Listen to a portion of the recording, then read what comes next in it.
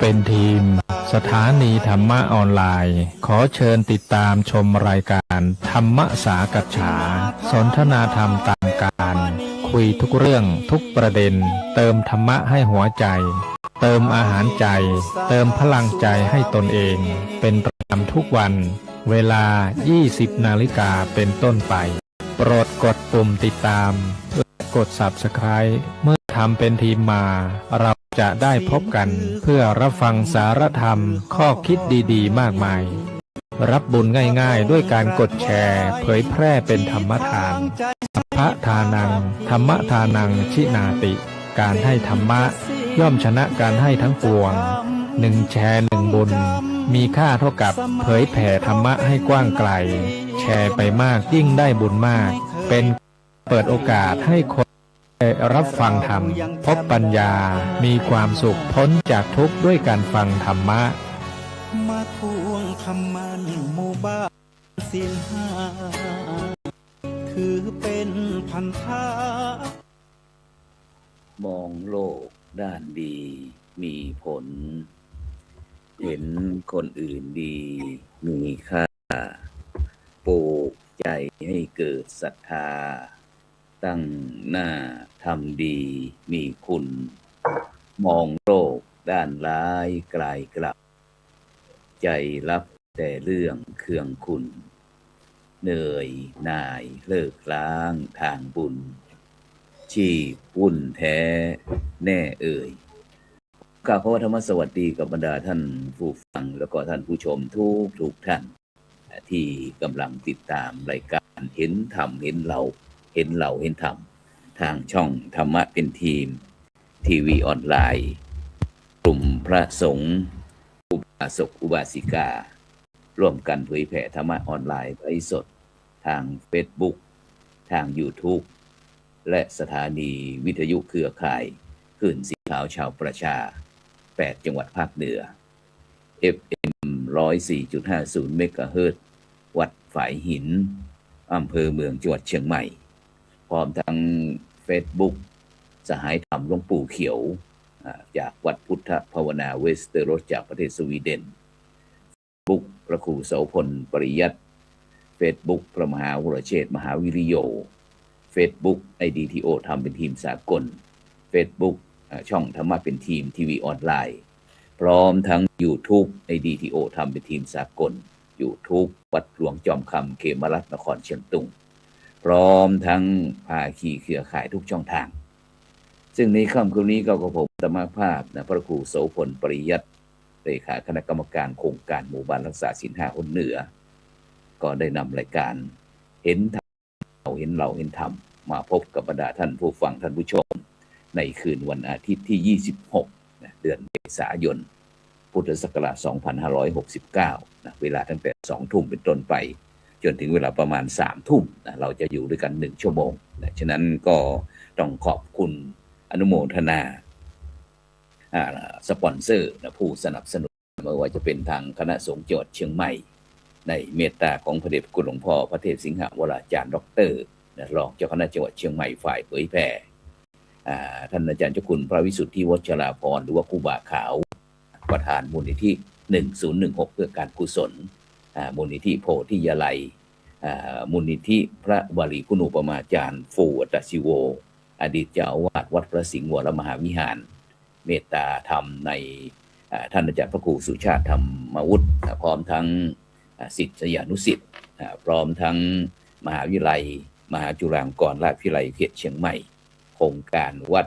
ประชารัฐสร้างสุขโครงการหมู่บ้านรักษาศีล 5แต่ที่ขาดไม่ได้ก็คือบรรดาท่านผู้ฟังท่านผู้ชมทุกช่องทางซึ่งในค่ำคืนวันนี้ก็เช่นเดียวกันในค่ำคืนนี้นั้นก็รู้สึกว่าฝนฟ้าได้ลงมาก็ทำให้เมืองเชียงใหม่เราได้เห็นดอยสุเทพดอยสุเทพเมื่อก่อนบอกว่าสุเทพเป็นสีเพณีสร้างงามสง่าบอกว่าหลังๆแล้วมีคนแปลคำไปบอกว่าหมอกควันคุมไปทั้งจังหวัดเชียงใหม่ฉะนั้นก็ในช่วงนี้ก็บรรยากาศก็คงจะดีขึ้นโดยเฉพาะในช่วงเทศกาลมหาสงกรานต์ปีใหม่เมืองที่ผ่านมาฉะนั้นวันนี้เราก็คงจะ ได้คุยเกี่ยวกับเรื่องทิศทางการศึกษา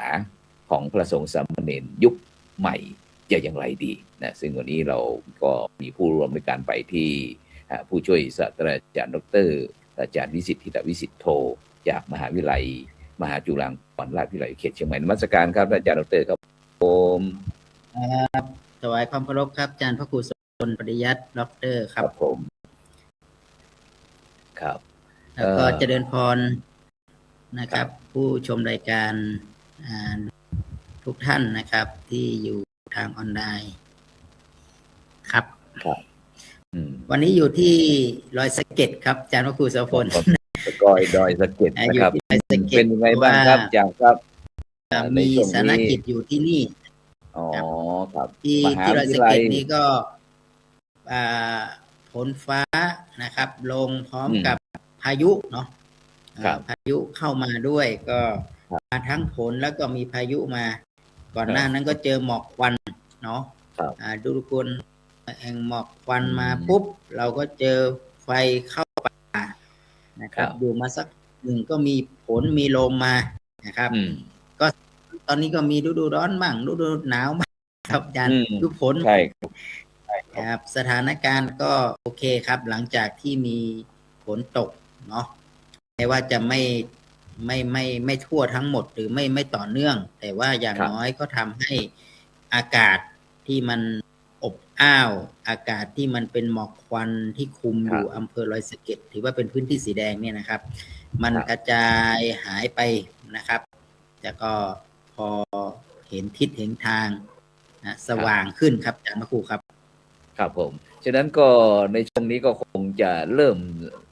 จะสตาร์ทแล้วนะครับท่านด้านมหาวิทยาลัยมหาจุฬาลงกรณราชวิทยาลัยเขตเชียงใหม่ของเราหรือว่าทาง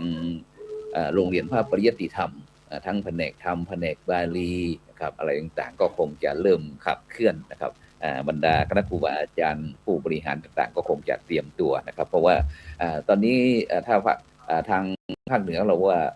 สงกรานต์โล่งแล้ว ไม่รู้ว่าทางมหาวิทยาลัยเราได้มีพิธีเกี่ยวกับสุมมาคารวะคณะครูบาอาจารย์ผู้บริหารช่วงเดือนเมษายนนี่เนาะอาจารย์พระครูตั้งแต่ต้นเดือนมาเราก็มีบรรพชาสามเณรเนาะ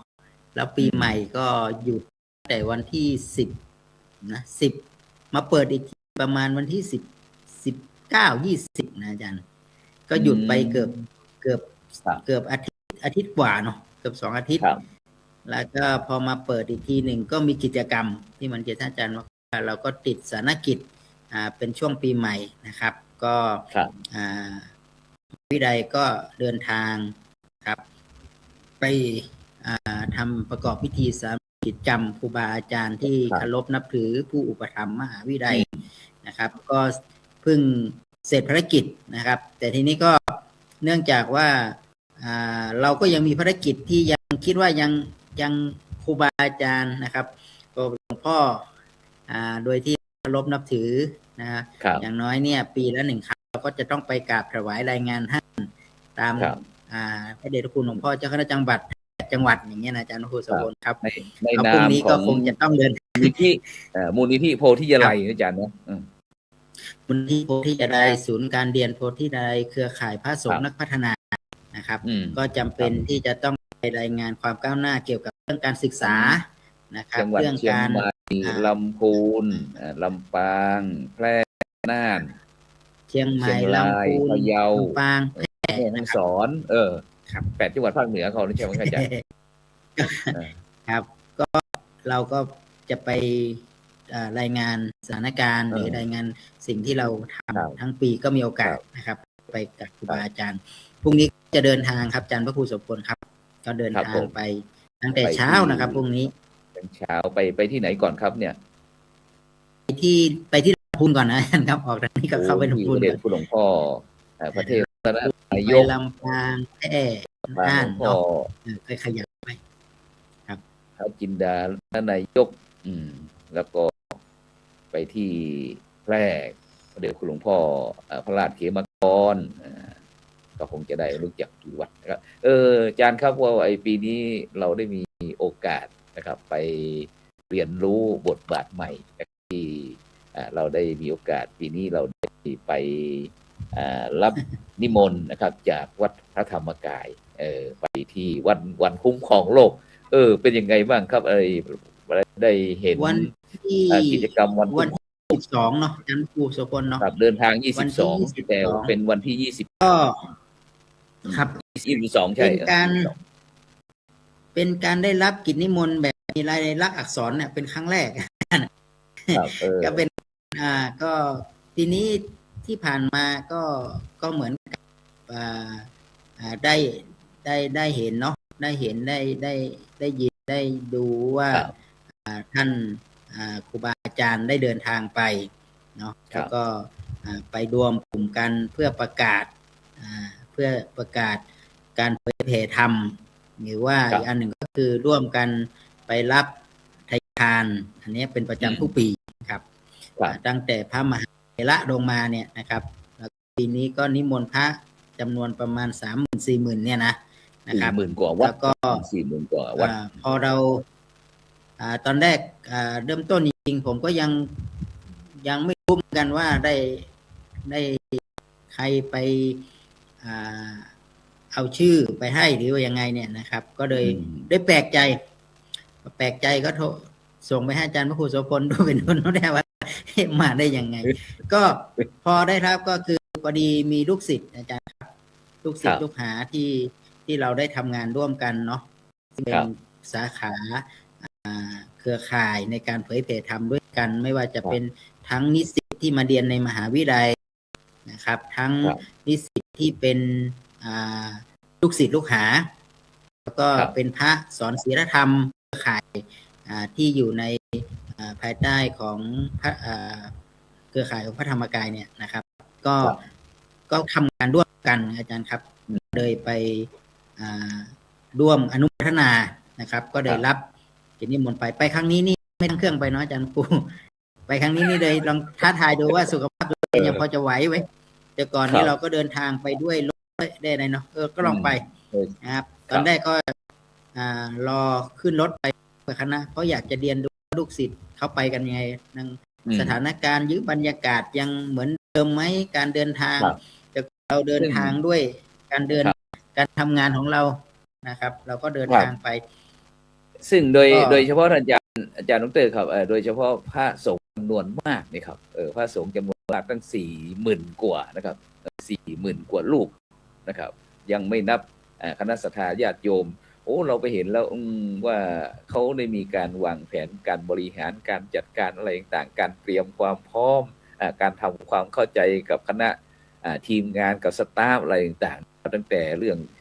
การกินการอยู่การเดินทางอะไรต่างๆเห็นแล้วก็น่าทึ่งกันอาจารย์เนาะว่าการทำงานมันขนาดพวกเราที่ว่าเราเป็นนักทำงานนะแต่เราว่าเห็นวัดใหญ่ทำงานก็ต้องยอมรับว่าในประเทศไทยเราเนี่ยเนาะอาจารย์เนาะคงจะเทียบยากกันเนาะอาจารย์เนาะก็ถ้าเราพูดถึงการบริหารจัดการเนาะการบริหารจัดการถือว่าเป็นมืออาชีพ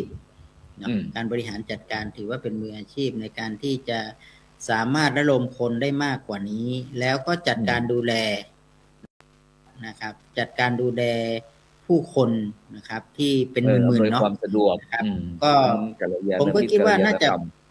าจะเป็นแสนกว่าครับอาจารย์ครับรวมทั้งหมดทั้งเจ้าหน้าที่ทั้งอะไรทั้งอย่างก็มองก็คือว่าการที่จะดูแลคนจำนวนมากขนาดนี้เนี่ยนะครับมันต้องเป็นคนที่มี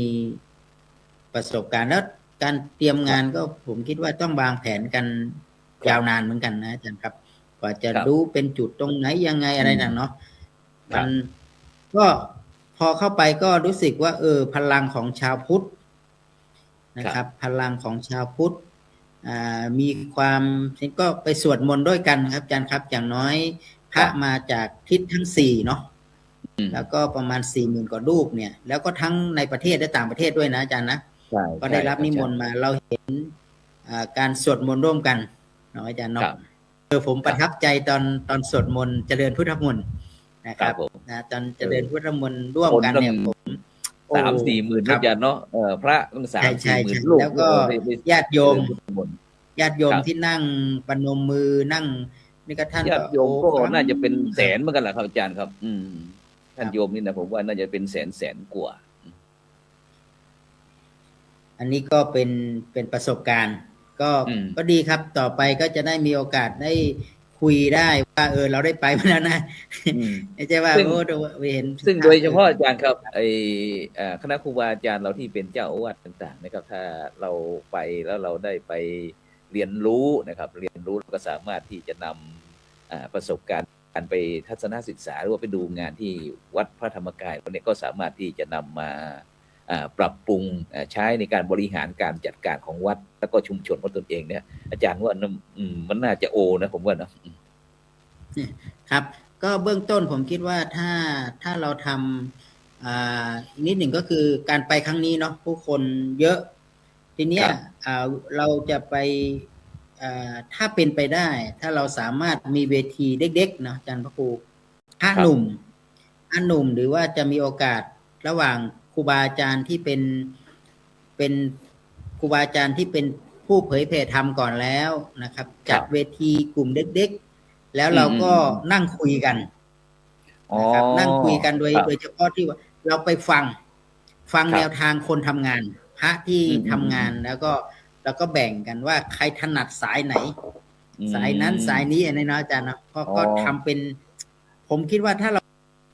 มีพื้นที่แบบนี้ ครับ นะครับ ให้กับพระรุ่นใหม่ แล้วก็เป็นโอกาสได้แลกเปลี่ยนได้ทำงานร่วมกันนะครับ ทั้ง4 ภาคนะครับ ครับ ผมว่าบางท่านก็ทำงานประเด็นเรื่องสุขภาพอย่างนี้นะอาจารย์เนาะก็จะเจอกันอย่างเงี้ยสุขภาพไปทางนี้ ประเด็นเรื่องป่าไม้ ครับ ประเด็นเรื่องของสิ่งแวดล้อมเนาะประเด็นเรื่องการศึกษา การเผยแพร่ ประเด็นเรื่อง การเผยแพร่อะไรต่างๆเนี่ยเนาะอาจารย์เนาะ ครับ แล้วเราก็มีระดับพระมหาเถระซึ่งจะเป็นหลวงพ่อจังหวัดหลวงพ่อรองจังหวัด หรือเป็นพระที่ทำงานอยู่แล้วเนี่ย ท่านก็มาเล่าให้กันฟัง แล้วเราทำเสร็จก็ถอด ครับ แล้วก็ทำเครือข่ายนะครับ ผมว่ามันจะได้การพบปะแลกเปลี่ยนกัน เพราะว่าไปทั้งทีเนาะอาจารย์เนาะโอ้เราก็มีโอกาสได้เจอกัน ครับ อันนี้ ฉะนั้นห อันนี้ มายความว่า เอา หมายความว่าไหนๆเราก็ไปที่วัดหลวงวัดใหญ่พระธรรมกายอยู่แล้วนะอาจารย์ก็เลยถือโอกาสว่าเป็นการนัดพบกับพระสงฆ์นักพัฒนาของเราในงานนั่นเลย ถูก ใช่ไหม ครับ ได้จัดกลุ่ม แล้วเราก็จะได้ ย่อยๆต่างๆ จะได้เครือข่ายเนาะเครือข่าย ครับ แล้วกลับไปแล้วก็ทำงาน แล้วเราก็จะมีโอกาสได้ตอนนี้เนี่ย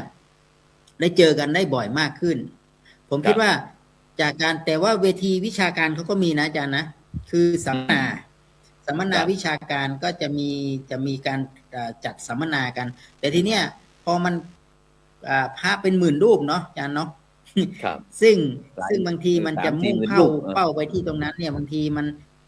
ถ้าเรามีโอกาสได้มีประเด็นเยอะๆอย่างผมสนใจเรื่องการศึกษาอย่างเงี้ยผมก็อยากจะไปเจาะดูการศึกษาเป็นยังไงบ้างอย่างเงี้ยครับหรือว่าผมสนใจเรื่องของการประเด็นเรื่องสิ่งแวดล้อม ครับ เรื่องหมอกไฟป่าอะไรพวกนี้อาจารย์เนาะสิ่งแวดล้อม ครับ กันในมาอยู่เชียงใหม่ก็มีเยอะอะไรพวกนี้เนาะ ครับ แล้วผมคิดว่างานเผยแผ่เนี่ยอาจจะไม่ได้เป็นเพียงแค่จะต้องเผยแผ่แบบเน้นอย่างเดียวอย่างเงี้ยในยุคปัจจุบันเนี่ยนะครับมันน่าจะต้องมีการ ความจริงวันนั้น ใช้ ใน บูรณาการ ทางวัดใหญ่พระธรรมกายเขาก็มีการสารเสวนาเหมือนกันนะครับวันนั้นนะเห็น ครับ ถ่ายทอดมาทางจอใหญ่นะครับ แล้วก็โดยมีพระเดชคุณหลวงพ่อพระเทพรัตนนายกนะครับได้พูดถึงเกี่ยวกับบทบาทพระสงฆ์นักพัฒนาพระสงฆ์นักเผยแผ่อะไรต่างๆนี่ครับแล้วก็มีทั้งพระธรรมทูตสายต่างประเทศบ้างนะครับทางอินเดียบ้างทางยุโรปบ้างอะไรเข้ามาคุยกันนะครับซึ่งก็มันอาจจะกว้างไปนะอาจารย์เนาะแต่ถ้าแบบอาจารย์ว่านี่ก็น่าจะแต่ไม่รู้ว่าเขาจะอนุญาตให้เราหรือเปล่าไม่รู้นะ เก็บว่าเป็นโอกาสครับ เป็นโอกาสที่ว่าทำยังไงพระสงฆ์มาจากทุกทิศแต่จะมีโอกาสได้เจอกันแล้วก็ได้คุยกันสนทนากันแต่ทีนี้ ครับ เวลาเขาจัดอาจารย์เขาก็จะเห็นว่าโซน เชียงใหม่ก็อยู่ส่วนของเชียงใหม่อย่างเงี้ยใช่ไหมอาจารย์ ครับใช่ครับ ลำพูนก็อยู่ทั้งลำพูนเชียงรายอยู่ส่วนเซิงอันเนี้ยประมาณนี้เขาจัดเป็นโซนอย่างนี้ อันนี้คือง่ายต่อการเขาเรียกว่าง่ายต่อการบริหารจัดการเวลาจะตามใครหรือจุดอะไรต่างๆนี่จะขึ้นรถตรงนั้นอะไรจุดตรงนั้นไปหาตรงนี้เนาะอาจารย์เนาะ ครับ ทีนี้ถ้าเรามองอีกมุมหนึ่งคือเราเชียงใหม่จะไปเรียนรู้ไปเรียนรู้ทางภาคใต้เพราะว่าเป็นวิหา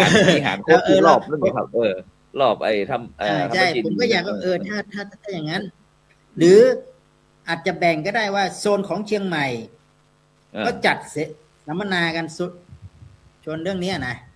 แต่ก็พระที่มาจากทิศทางอีสานก็อยากจะมาดูเรื่องประเด็นของทางเชียงใหม่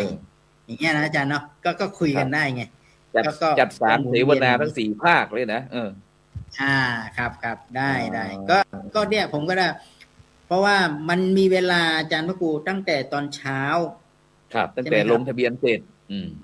โดยลงทะเบียนฉันเช้า7 โมงผมว่านะแล้วก็ฉันเพลแล้วก็ท่านก็เดินทางไปถึงอยู่แล้วเนี่ยหลังจากนั้นก็เพลกว่าจะลงมาที่ลานที่จะมาสวดมนต์นะ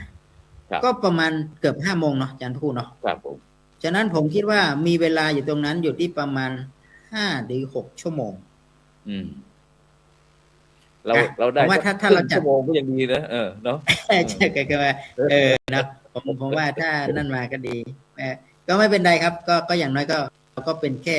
แลกเปลี่ยนประสบการณ์เวลาที่จะไปดูแล้วกลับมาก็อันที่1คิดว่าคุยไว้เผื่อที่ทาง FC ของวัดพระธรรมกายได้ยินก็อาจจะเป็นพูดดีที่จะแต่ก็อนุโมทนานะครับอนุโมทนากับหลวงพ่อนะครับท่านเจ้าวาดธรรมกายแล้วก็ลูกศิษย์ลูกหากัลยาณมิตรทุกท่านหลวงพ่อธรรมชโยได้ร่วมกันทำบุญนะครับครั้งใหญ่ครับผู้คนที่ได้ทำบุญก็คิดว่าพระสงฆ์ที่ท่านเดินทางไปก็ไปด้วยความตั้งใจไปด้วยจิตที่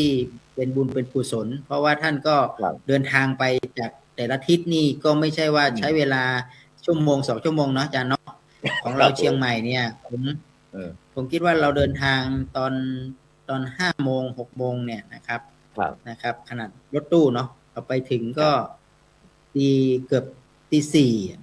นะก็หลังจากนั้นก็อยู่มาอีกกลับมาอีกวันหนึ่งของวันหนึ่งนะกลับมาอีกวันหนึ่งอาจารย์ครับผมว่า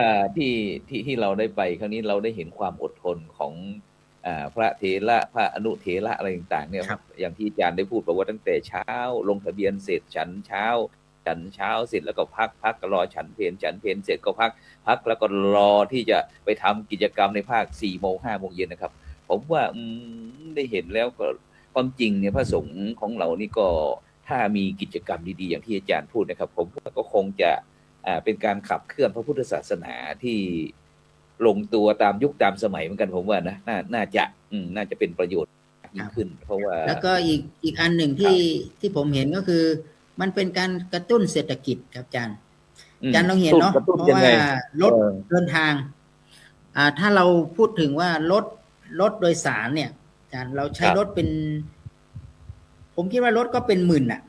รถตู้เนี่ยนะ10,000 กว่าคันครับ10,000 กว่าคันนั่นแหละแล้วทีนี้เวลาเขาเดินทางไปเนี่ยจากเชียงใหม่ไปต้องเวะปั๊มเนาะอาจารย์เนาะพอเวะปั๊มปุ๊บเนี่ยน้ำมันต้องเติมน้ำมันละต้องเติมน้ำมันด้วยต้องไปที่เซเว่นบ้างอะไรบ้างจังนั้นเนาะอาจารย์เนาะโอ้ผมเห็นว่ามันหมดเกลี้ยงนะโอ้มันกระตุ้นเศรษฐกิจนะอาจารย์นะคือหมายถึงว่าโอ้ผมก็ยัง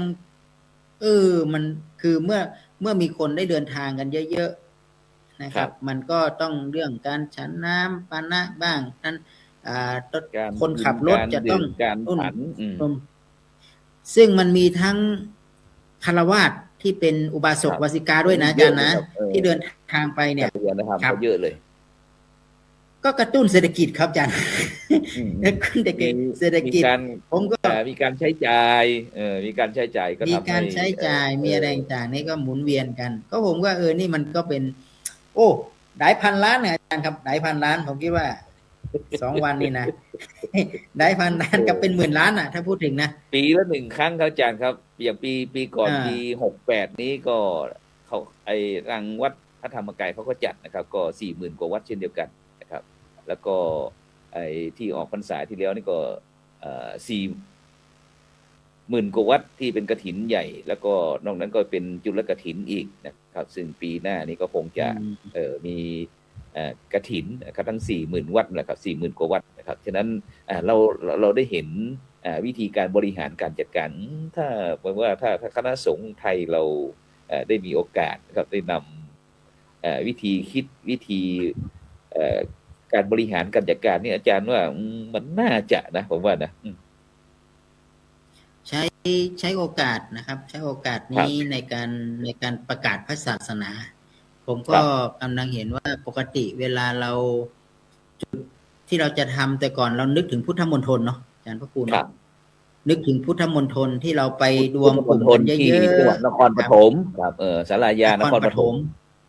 แต่ก่อนนี้มีกิจกรรมมีอะไรต่างวันสำคัญก็ดีเราไปพร้อมกันที่พุทธมณฑลแม้ก็เราจะอย่างนะประสาทรับปริญญามหามงกุฎมหาจุฬาอะไรต่างแล้วเราก็จะเห็นภาพใหญ่ๆแบบนี้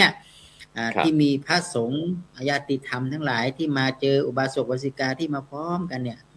มันไม่ได้บ่อยครั้งเนาะอาจารย์เนาะครับผมแต่ทีนี้เราเห็น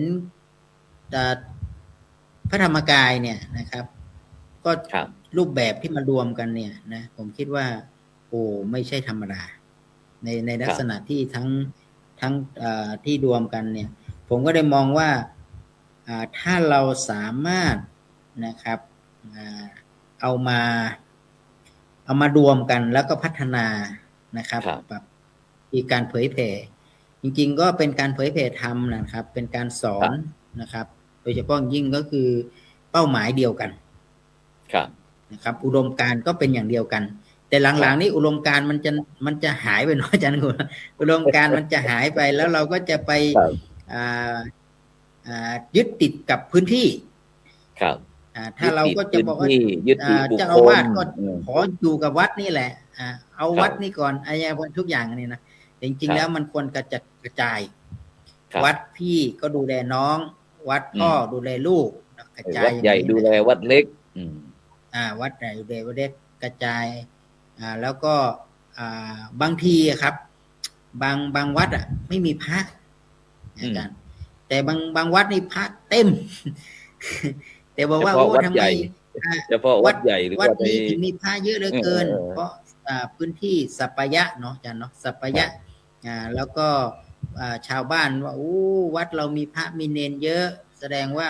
ชาวบ้านเนี่ยนะครับเป็นผู้มีบุญมีกุศลเลี้ยงดูอุดมสมบูรณ์นะครับเป็นพื้นที่สัปปายะแต่บางพื้นที่ไม่มีพระเลยเราก็ต้องยอมรับว่ามันเป็นพื้นที่ที่การจัดการบริหารนะครับนั้นเนี่ยวางวัดที่มีญาติโยมอุบาสกอุบาสิกาที่สนใจดูแลพระสงฆ์เยอะมีสนับสนุนอุปถัมภ์เนี่ยก็มีพระเนรเยอะขึ้นแต่บางที่เนี่ยการบริหารจัดการหลวงพ่ออาจจะไม่เก่งเรื่องการบริหารจัดการเนาะชาวบ้านก็อาจจะปล่อยปละละเลยหรือว่าไงก็สุดท้ายก็เป็นวัดล้างไปก็มีอย่างเงี้ยอาจารย์ครับอันนั้นเนี่ยเราจะทำยังไงที่จะหนุนเสริมกันก็ถือว่าเป็นวิกฤตให้เป็นโอกาสอาจารย์เนาะวิกฤตให้เป็นโอกาสนะครับฉะนั้นก็ต้องกราบขอบพระคุณหลวงพ่อพระธรรมชัยโยนะครับหลวงพ่อทัตตชีโวนะครับพร้อมทั้งคณะสงฆ์จากวัดธรรมกายครับที่ได้จุดประกายในช่วงที่พระพุทธศาสนาเราวิกฤตนะครับให้คณะสงฆ์ไทยเราได้เรียนรู้นะครับฉะนั้นก็เราก็สามารถที่จะนำมาประยุกต์ใช้นะครับของแต่ละวัดแต่และท้องที่นะครับให้เหมาะสมนะครับซึ่งก็จะเป็นประโยชน์อย่างยิ่งโดยเฉพาะอย่างวัดธรรมกายนี่เขาก็เน้นเรื่องส่งเสริมนะครับลูกพระลูกเนรเนี่ยเรื่องการศึกษานะอาจารย์เนาะแล้วก็การเผยแผ่อะไรต่างๆที่ถือว่าเป็นหัวใจสำคัญก็คือเรื่องการเผยแผ่ซึ่งทางช่องธรรมะเป็นทีมของเราก็ได้มีโอกาสนะครับได้มีคณะครูบาอาจารย์นะครับจากสาขาของธรรมกายนี่ก็เข้ามาช่วยเราด้วยนะครับมาช่วยเราด้วยครับฉะนั้นก็หวังว่า โอกาสในครั้งนี้ก็คงจะทำให้พระพุทธศาสนาของเราได้มีการพัฒนานะครับให้ทันยุคทันสมัยนะครับโดยเฉพาะนะครับทุกสิ่งทุกอย่างที่ผ่านมาผ่านไปแล้วก็ปล่อยผ่านไปนะครับเราก็มาตั้งต้นกันใหม่นะครับตั้งต้นกันใหม่อาจจะสมหวังบ้างผิดหวังบ้างนะครับฉะนั้นก็ถือว่าวัดพระธรรมกายก็มาให้กำลังใจคณะสงฆ์เรานะครับฉะนั้นก็ต้องขอบคุณอนุโมทนานะครับทั้งกัลยาณมิตรกัลยาณธรรมทุกท่านนะครับที่สร้างความหวังให้ทางคณะสงฆ์ไทยเราได้เห็นแสงสว่างขึ้นนะครับฉะนั้นเราจะกลับมาที่ด้านของเรางานของเราครับไม่ว่าจะเป็นด้านมหาวิทยาลัยนะครับแล้วก็มูลนิธิโอทิยาลัยอะไรต่างๆซึ่งเกี่ยวกับเรื่องการศึกษาบ้างการเผยแผ่บ้างครับจากครับเมื่อกี้เราได้พูดถึงเกี่ยวกับอย่างเมื่อวานนี้เราก็ได้มีโอกาสไปร่วมรดน้ำดำหัวขอพรนะครับคณะผู้บริหารมหาวิทยาลัยมหาจุฬาลงกรณราชวิทยาลัยเขตเชียงใหม่ของเราแล้วก็โดยเฉพาะท่านอาจารย์พระครูประวิตรวรานุยุทธนะครับผู้ช่วยศาสตราจารย์ดร.ถือว่าเป็นคณาจารย์ที่ได้สร้างสรรค์ลูกศิษย์ลูกหานะครับส่วนมากก็จะเป็นลูกศิษย์ของท่านที่จบจากมหาวิทยาลัยของเรานะครับฉะนั้นอาจารย์ครับปีนี้ทิศทางการศึกษานะครับโดยเฉพาะของมหาวิทยาลัยของเราเป็นอย่างไรบ้างครับซึ่งเพราะว่าหลังจากเปิดการเรียนการสอนเมื่อไหร่นะครับแล้วก็ตอนนี้เปิดรับสมัครยังไงบ้างครับลองช่วยชี้แจงนิดหนึ่งครับก็คือต้องยอมรับนิดหนึ่งอาจจะต้องพูดถึงว่าต้องเหนื่อย ต้องเหนื่อยขึ้นมาอีกนิดหนึ่งนะอาจารย์ก็เหนื่อยมากอยู่แล้วคือปกติเราจัดแค่การศึกษาระดับอุดมศึกษาเนาะครับเราก็จัดมจร.ปริญญาตรีปริญญาโทปริญญาเอกปริญญาตรีปริญญาโทปริญญาเอกโอเคแล้วอันนี้คือจัดการแต่ต่อมาเนี่ยเราก็ต้องมาจัดระดับประถมประถมเนี่ยก็คือตั้งแต่ป.1 ถึงป.6 แล้วกันประถมศึกษาแล้วก็ม.1 ถึงม.6 โอ้3ทำไมเราถึงว่าจัดประถมเพราะว่าตอนนี้เนี่ยเรามัธยมอุดมศึกษามัธยมทั้ง3ระดับส่งต่อไปที่โรงเรียนพระปริยธรรมแต่การที่ส่งต่อไปที่พระปริยธรรมเนี่ยเราก็ต้องหนุนเสริมสนับสนุนใช่ไหมครับดังนั้นเนี่ยเราไม่ได้จัดเพียงแค่ระดับอุดมศึกษาละแต่เราต้องมาปูตั้งแต่ประถมศึกษาหมายความว่าจัดให้ครบวงจรจะครบวงจรครับเพราะว่าเรากำลังพูดถึงว่าเราผลิตลูกศิษย์เราแล้วเอาไปเป็นบุคลากรทางพระพุทธศาสนาเขาก็ไปสอนในโรงเรียนพระปิยทัยธรรมบางทีก็เป็นพระสังฆาธิการในต่างอาจารย์ทีเนี้ยพอมายุคนี้ครับอาจารย์มันเหมือนกับว่าคนที่จะส่งไม้ต่อกันเนี่ยมันหายไปนะครับหลักสูตรที่เรามีพระสังฆาธิการก็เรียนจบกันหมดแล้วจบหมดแล้วทุกคนจบแล้วแล้วก็ผู้คนก็บวชมาน้อยด้วยแล้วก็หาคนบวชเรียนไม่ได้อีกตอนเนี้ยใช่ไหมครับมันเหมือนกับว่าจำนวนคนก็เกิดน้อยการศึกษาก็มีการแข่งขันกันมีโอกาสกว้างขึ้นสถาบันต่างๆก็เปิดโอกาสให้กับแม้กระทั่งมหาวิทยาลัยเอกชนก็รับพระสงฆ์องค์เนรไปเรียนด้วยรับพระสงฆ์องค์เนรมหาวิทยาลัยทางโลกก็รับพระสงฆ์นักบวชเข้าไปศึกษามันจึงทำให้เราจะต้องคิดหนักในเรื่องนี้ว่ามหาวิทยาลัยสงฆ์จะจัดการตัวเองยังไงครับพูดง่ายๆก็หมายความต้องมีการแข่งขันกันมากขึ้นแข่งขันนะครับอาจารย์ครับก็คือว่าต้องมีกลยุทธ์พอสมควรนะครับ เพราะว่าเราเคยมหาวิทยาลัยสงฆ์นี่มีฆราวาสมาเรียนเยอะกว่าพระนะอาจารย์ในปัจจุบันนี้เราก็ไปชวนฆราวาสมาเรียนในมหาวิทยาลัยสงฆ์ทางมหาวิทยาลัยทางโลกเขาก็นิมนต์พระไปเรียนในมหาวิทยาลัยก็มีการถวายทุนให้มีอะไรให้ทุกอย่างนะครับแต่ทีเนี้ยพอเราพูดถึงแล้วเนี่ยมันก็คือความงดงามของการศึกษาฆราวาสญาติโยมก็สนใจที่เข้ามาศึกษาพระพุทธศาสนานี่เป็นสิ่งที่น่าอนุโมทนายินดีอย่างยิ่งนะครับแต่ทีนี้จำนวนมันน้อยลงครับอาจารย์พระครูเราเปิดรับสมัครตอนนี้ทั้งระดับปริญญาตรีปริญญาโทปริญญาเอกใช่ไหมครับอาจารย์ตอนนี้จะติดต่อตอนนี้เราเปิดรับสมัครครับตั้งแต่ปริญญาตรีเรามีทั้งหมด4คณะ ครับ 4 คณะ 7 หลักสูตรเนาะ นะครับ ก็มีตั้งแต่สาขาสาขา ครุ ค ศาสตร์ ณะพุทธเนี่ย พุทธศาสตร์ มันก็พุทธศาสตร์นะครับคณะพุทธศาสตร์นี่ก็มีพุทธศาสนา มีศาสนาปรัชญา มีพุทธศิลปกรรม มีภาษาภาษาบาลี อันนี้ก็เป็นคณะพุทธศาสตร์ คณะครุศาสตร์ก็การสอนสังคมศึกษานะครับ ก็จะมีคณะมนุษย์ก็เอกภาษาอังกฤษ แล้วก็มีคณะสังคมก็มีสังคมสงเคราะห์กับรัฐศาสตร์นะครับ รัฐศาสตร์ รัฐ ศาสตร์ สารศาสตร์อันนี้คือระดับปริญญาตรี ครับ ส่วนระดับปริญญาโทก็ต่อจากปริญญาตรีขึ้นมา ก็มี ภาษาอังกฤษมีสังคมก็มีรปม.ใช่ไหมครับ สังคมสงเคราะห์ แล้วก็มี ศาสนศาสตร์ พัฒนาสังคม อันนี้ก็มาจากสายสังคมพุทธก็พระพุทธศาสนาอย่างนี้ครับอาจารย์พระครูโสพลครับ ก็ต่อกันขึ้นมาเป็นขั้นขึ้นมา รวมไปถึงปริญญาเอกนะครับปริญญาเอกก็มีพุทธศาสนาพุทธศิลป์อันนี้นะ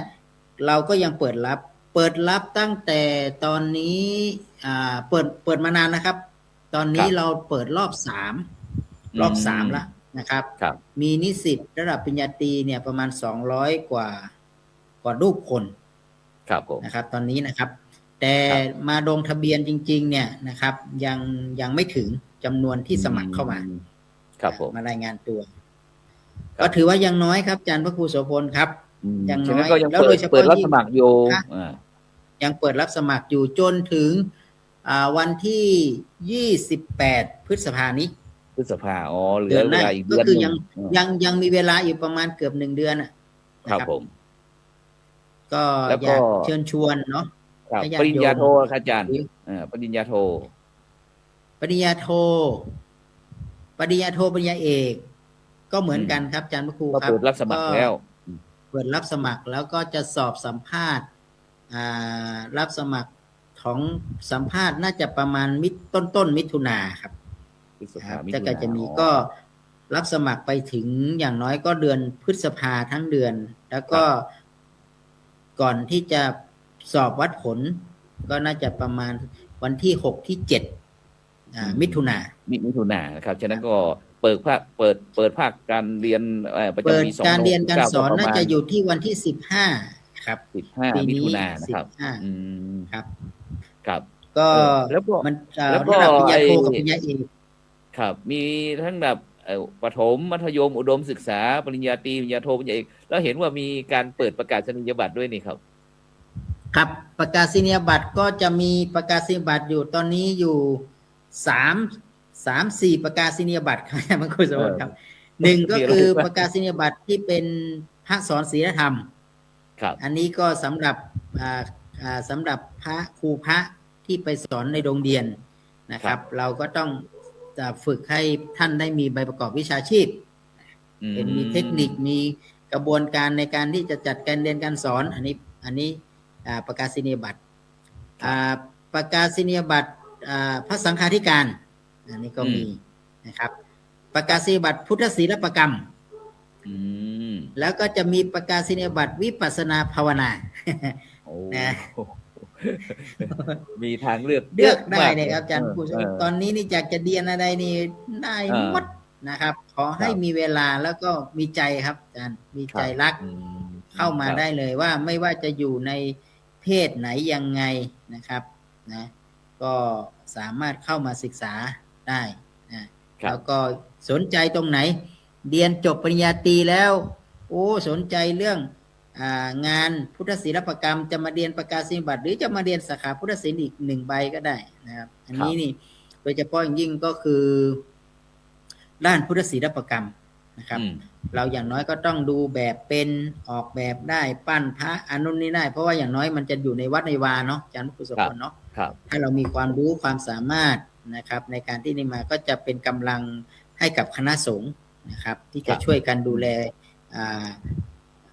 ทำยังไงที่จะให้วัดวาอารามคงเดิมอยู่ นะครับ ครับ มีศิลปะมีวัฒนธรรมผสมผสานกันให้ออกแบบยังไงมันถึงจะมีความเป็นวิจิตรมีการอธิบายเรื่องของแนวทางเรื่องของพระพุทธศาสนานะครับที่ไปที่มาอะไรต่างๆนี้ได้เนี่ยเป็นเรื่องสำคัญอย่างยิ่งโดยเฉพาะยิ่งสาขาพุทธศิลปกรรมของเราเนี่ยนะครับเป็นอัตลักษณ์นะที่ไม่ได้เปิดที่อื่นไม่มีนะครับอาจารย์พระครูครับเรามีแต่ที่เชียงใหม่นะระดับปริญญาตรีปริญญาโทแล้วปริญญาเอกเนี่ยนะครับอันนี้ก็ที่เชียงใหม่เรามีสาขาพุทธศิลปกรรมเนี่ยครับเป็นสาขาที่น่าสนใจแล้วก็ถ้าใครจะมาเรียนอย่างทางอีสานจะมาก็ต้องเดินทางมาอยู่เชียงใหม่เพราะมีที่เดียวครับแล้วก็นอกจากที่จะจบระดับปริญญาตรีจบแล้วจบการศึกษาแล้วเรายังมีโครงการอะไรนะครับที่พระคุณเจ้าที่ขึ้นไปบนดอยหรือว่าอะไรนะครับอันนั้นเป็นโครงการพัฒนาราษฎรพื้นที่สูงทีนี้เราก็ให้พระบัณฑิตไปเผยแผ่พระพุทธศาสนาพื้นที่พื้นสูงก็เป็นโครงการพระบัณฑิตพัฒนาราษฎรพื้นที่สูงครับที่สูงตรงนี้เราก็รับสมัครเหมือนกันรับสมัครครับอาจารย์พระครูครับอันนี้สำหรับพระเขาเรียกว่าอะไรนะมันต้อง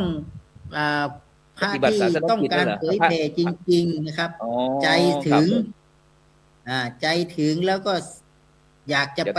หาอะไรประสบการณ์อยากจะไปอดทนต่อสู้เข้มแข็งอดทนไปอยู่ในพื้นที่ที่มันเป็นพื้นที่ทุรกันดารนะครับแล้วก็ไปอยู่กับชาติพันธุ์ต่างๆเพื่อไปเรียนรู้วิถีวัฒนธรรมเป็นที่พึ่งของพี่น้องชาติพันธุ์ที่อยู่บนพื้นที่สูงเนี่ยให้เขาได้มีโอกาสได้ศึกษาได้เรียนรู้พระพุทธศาสนาในรถพระธรรมอันนี้ก็เป็นสายบู๊น่าจะเป็นสายบู๊ครับอันนี้นะมันต้องขึ้นอันนี้เราต้องใช้จิตอาสายังไม่เพียงพอนะต้องอุดมการณ์นี่ต้องแนวแน่อย่างครับเป็นทหารเป็นตำรวจนี่เขาถ้าเป็นตำรวจนี่ก็บอกว่าตำรวจชายแดนตำรวจตระเวนชายแดนถ้าเป็นทหารก็เป็นปฏิบัติหน้าที่ชายแดนฉะนั้นเนี่ยเรามีพื้นที่ที่จะให้พระได้มาเรียนรู้เนาะอาจารย์พระครูเนาะเรียนรู้ศึกษาปฏิบัติแล้วก็นำไปเผยแผ่ทั้งหมดทั้งมวลนี้ก็คือเพื่อความมั่นคงของพระพุทธศาสนาเพื่อความยั่งยืนแล้วก็การปฏิบัติงานตรงนี้มีกำหนดจำนวนเวลาไหมครับหรือว่า1 ปีหรือว่า6 เดือนอะไรอย่างเงี้ยก็ทำสัญญากันปีต่อปีครับอาจารย์พระครูโสพลครับปีเลยปีต่อปีลองมาทดลองดูว่า1 ปีมาทำสัญญาเซ็นสัญญากันเลยนะอาจารย์นะเรามีถวายนิตยพัฒน์ให้นะอาจารย์เราถวายนิตยพัฒน์ให้ท่านจะรับไม่รับไม่เป็นไรแต่เราถวายนิตยพัฒน์ให้ท่านเซ็นสัญญาถือเป็นเจ้าหน้าที่บุคลากรของมหาวิทยาลัยแต่เราให้ทำสัญญาปีต่อปีนะครับแต่ถ้า1 ปีแล้วท่านรู้สึกว่าโอ้ผมไปทดลองดูแล้วผมไม่ไหวนะอย่างนี้นะผมขอยุติการปฏิบัติสัญญาก็คือ1 ปีครับยกเลิกขอต่อไม่ต่อสัญญาแล้วนะไม่ต่อสัญญาเลยก็ไม่เป็นไรนะครับแล้วก็มีการประเมินด้วยนะอาจารย์พระครูโสพลครับเราประเมินกันเนี่ยข้อที่1ที่2ที่3นี่ประเมินกันตามภารกิจครับแล้วก็ประเมินแล้วก็จะประเมินก็จะเป็น A เป็น B เป็น C ถ้าเป็น C นี่เตรียมตัวพิจารณาตัวเองย้ายนะต้องย้ายถ้าเกิดว่าไม่ถ้าอยู่ที่เดิมจะต้องพัฒนายังไงถ้าไม่อยู่ที่เดิมต้องย้ายไปอยู่ที่อื่นอาสมอื่นอีกส่งไปอันนี้นะครับถ้ายังไม่นั่นนะอันนี้ก็มีการประเมินนะครับประเมินตัวเองก่อนตัวเองประเมินเองแล้วก็ทางเจ้าหน้าที่นะครับแล้วคณะสงฆ์เป็นคนไปประเมินนะอาจารย์พระครูโสพลเรามีคณะสงฆ์นะครับพระเถระที่อยู่ในพื้นที่เข้าไปประเมินอีกนะทีนี้ถ้าถามถึงว่าพระบัณฑิตพัฒนาเนี่ยที่ผ่านมาเนี่ยอาจารย์น้อยคนนะที่ลาออกนะส่วนมากถ้าไม่ลาสีขานะครับยังคงอยู่นะอาจารย์คุณสมบัตินอกจากว่าลาออกมาแล้วก็ไม่เอาแล้วครับผมลาสีขาไปเลยก็อันนี้หมดอันนี้หมดความจากบุคลากรของโครงการ พ เพราะว่าท่านลาสิกขาเนาะอาจารย์คุณสมบูรณ์เนาะ ครับผม บางคนยังบอกว่าผมลาสิกขาแล้วขอปฏิบัติเป็นอยู่ในอาสมได้ไหมเนี่ยไม่ได้นะครับบางทีเราส่งทหารขึ้นไปนะอาจารย์นะครับ ครับ ไปอยู่สัก2-3 ปีโอ้ท่านศรัทธาญาติโยมโอทงานโอ้อีกแป๊บหนึ่งก็มาผมกลับมาแล้วครับ ผมซึ่งละผมเจอพบช้างเผือกแล้วอยู่ในป่าจริง ๆ นะครับขอลาสิกขา ไปอยู่ในป่าก็ไปอยู่ ครับผม ไปอยู่ในป่าจริงเลยทีนี้นะครับ ครั นะ บ แล้วก็มีครับอาจารย์ครับมีนะครับ ก็อันนี้ก็เป็นประสบการณ์นะครับ มันก็เป็นสิ่งที่โครงการเราก็มีโครงการนี้ภายใต้ ครับ พระเดชพระคุณนะครับ ท่านองค์อธิการบดีมหาวิทยาลัยมหาจุฬาลงกรณราชวิทยาลัยนะครับ เป็นผู้อุปถัมภ์นะครับ ครับ ตั้งแต่อดีตหลวงพ่อพระพรหมบัณฑิตมาแล้วนะครับ เป็นโครงการ ครับ ที่ท่านดูแลแล้วสนับสนุน แล้วทั้งหมดนี้ปีนี้เรามีอยู่33อาสมครับอาจารย์พระครูครับ ครับผมครับ แล้วก็ปีนี้พระเดชพระคุณองค์อธิการบดี พร้อมกับผู้บริหารระดับสูง ท่านก็มาเยี่ยมเยียนนะครับ ให้กำลังใจแล้วก็มาพบปะกับพี่น้องชาติพันธุ์นะครับ ที่ผ่านมาเมื่อวันที่19-20ครับผม มีนาครับ มีนา ที่ผ่านมาเราก็ได้มีการทำให้เป็นโครงการที่ท่านอนุโมทนานะครับ ท่านให้ความสำคัญอย่างยิ่งนะครับโดยเฉพาะองค์อธิการบดีเนี่ยนะครับท่านลงมาเยี่ยมเยียน ก็ทำให้พระบัณฑิตของเรามีกำลังใจนะครับ มีการทำงานในตอนนี้ก็ต้องทำงานในเชิงลุกมากขึ้นอาจารย์ครับ ครับนี่คือระดับอุดมศึกษาที่เรากลับมาที่มัธยมศึกษานิดหนึ่งโดยเฉพาะจะเป็นภาคีเครือข่ายของเราที่ได้ผลิตนิสิตนักศึกษาภาคนิสิตต่างๆ ที่จะต่อระดับอุดมศึกษานะครับฉะนั้นก็จะมีโรงเรียนภาคปริยัติธรรมนะครับประจำอำเภอนะครับแล้วก็ที่มหาวิทยาลัยมหาจุฬาลงกรณราชวิทยาลัยเขตเชียงใหม่ของเราก็จะมีโรงเรียนบาลีสาธิตมจร.เขตเชียงใหม่ด้วยนะครับฉะนั้นก็ระดับม.1 ม.2 ม.3 ม.4 ม.5 ม.6 นี่ก็สามารถเรียนได้แล้วก็ที่ดอยสะเก็ดพดุงศาสตร์ของเราของท่านอาจารย์พระมหาอินทร์สอนคุณวุฒโธนะครับนี่ก็ที่วัดหนองบัวนะครับก็สามารถจะไปเรียนได้ที่อำเภอไหนก็ได้ครับเดี๋ยวนี้การศึกษานะครับระดับประถมมัธยมครับที่เรากลับไปที่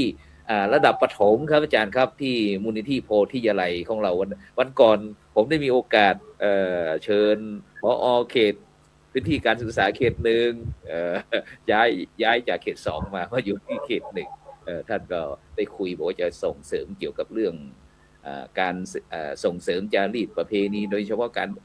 พูดภาษาเมืองนะครับวันนั้นนะครับได้มีโอกาสได้คุยกับโรงเรียนบรรทานเหนือก็มีท่านดร.อุดมพรกันทใจนะครับผู้อำนวยการเขตพื้นที่การศึกษาประถมศึกษาเชียงใหม่เขต1นะครับเพิ่งย้ายมาก็ได้ให้นโยบายไปนะครับแล้วก็จะทำกิจกรรมเกี่ยวกับเรื่องศูนย์พุทธศาสนาวันอาทิตย์บ้างสวดมนต์หมู่ทำนองสรพันยะบรรยายธรรมอะไรต่างๆมักคุเทศน้อยอะไรต่างๆนี่นะครับก็ซึ่งเราก็คงจะได้ร่วมงานกันนะครับฉะนั้นเรากลับไปที่โพธิยาลัยเข้าจานครับปีนี้ไม่รู้ว่าศูนย์การเรียนโพธิยาลัยเราเป็นยังไงบ้างครับต้องยอมรับว่าหนึ่งเนี่ยถ้าเราไม่มีหน่อมันไม่มีไผ่เนาะอาจารย์ครูเนาะ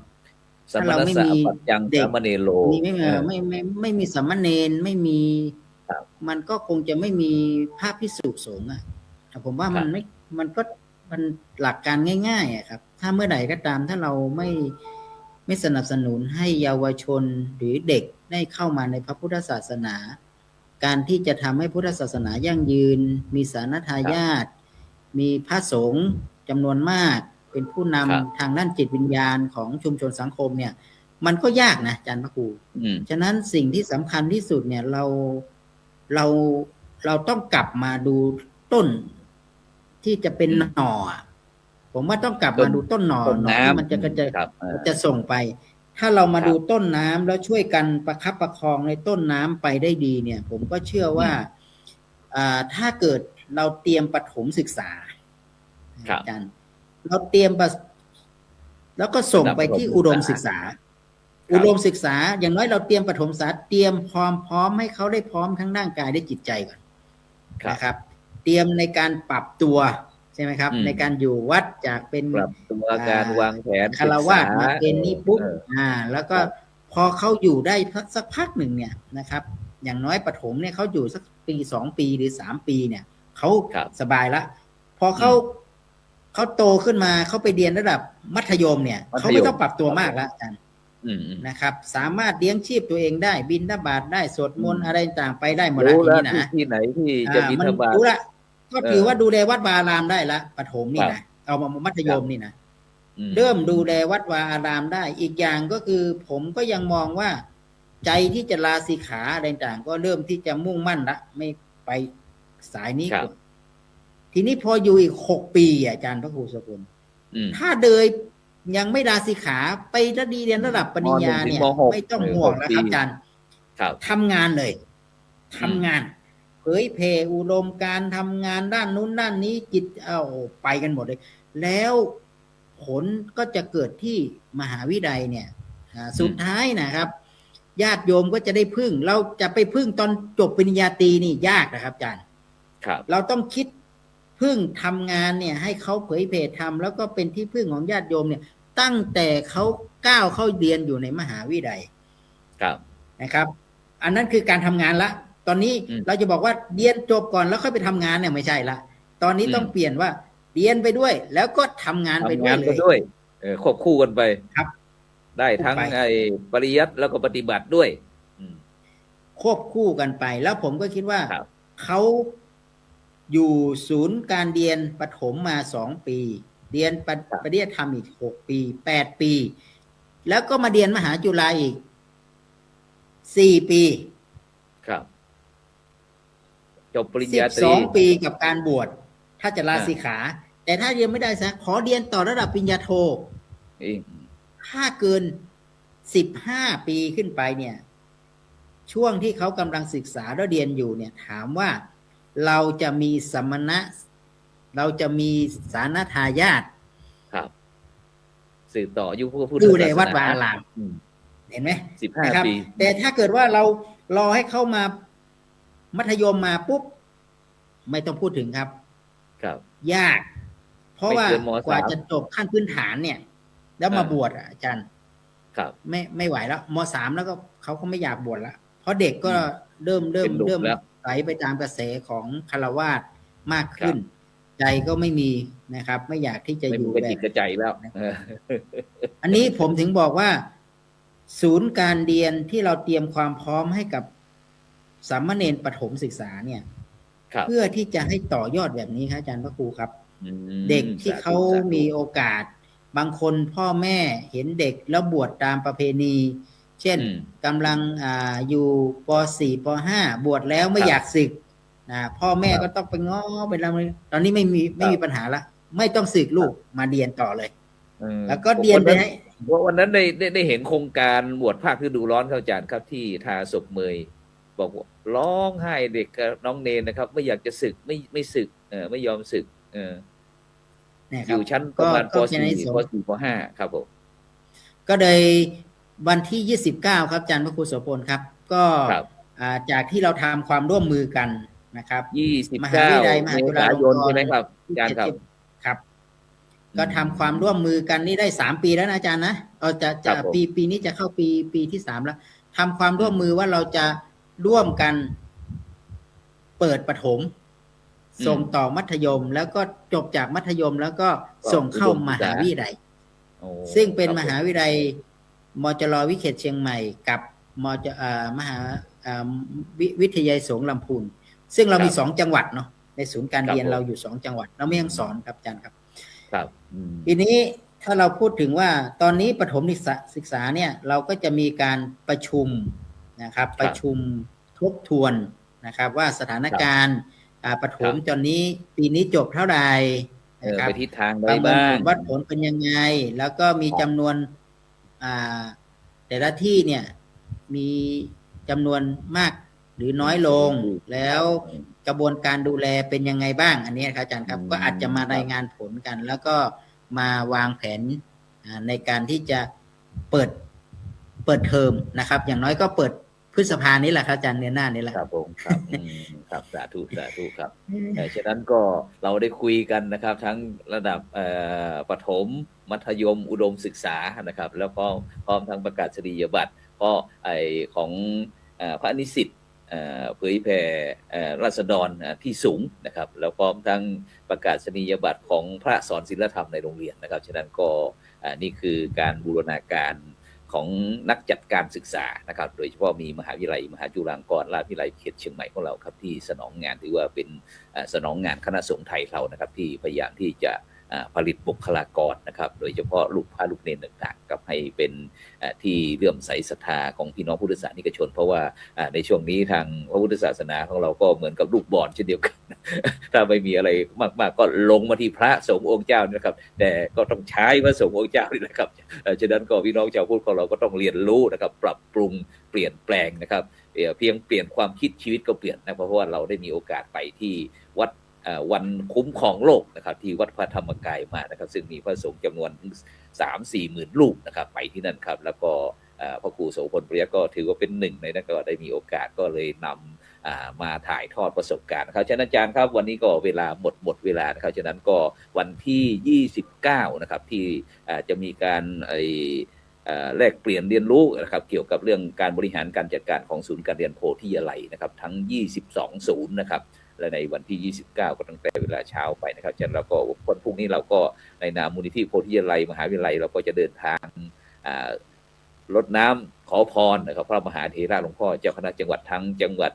เชียงใหม่ลำพูนลำปางทั้งแพร่ทั้งน่านทั้งพะเยาทั้งเชียงรายแม่ฮ่องสอนให้ครบ8จังหวัดนะครับฉะนั้นก็บรรดาท่านผู้ฟังท่านผู้ชมก็ช่วยส่งกำลังใจให้กับคณะทีมงานทำเป็นทีมด้วยนะครับ ฉะนั้นก็ในค่ำคืนนี้เวลาหมดเวลาครับกับขอบคุณท่านผู้ช่วยศาสตราจารย์ดร.พระอาจารย์จิตโพผู้บริการสำนักวิชาการมหาวิทยาลัยมหาจุฬาลงกรณราชวิทยาลัยเขตเชียงใหม่ท่านพระอาจารย์มหาอินทร์สอนคุณวุฒิโธครับประธานมูลนิธิโพธิยาลัยพร้อมทั้งคณะทำงานครับจากทั้งทุกภาคีเครือข่ายนะครับที่ได้ร่วมด้วยช่วยกันนะครับที่ได้ทำให้แสงเทียนนิดๆนะครับได้เห็นทำให้พี่น้องพุทธศาสนิกชนเราก็มีความหวังนะครับฉะนั้นก็นะครับคืนนี้เวลาหมดเวลานะครับหลับฝันดีนะครับมีเงินใช้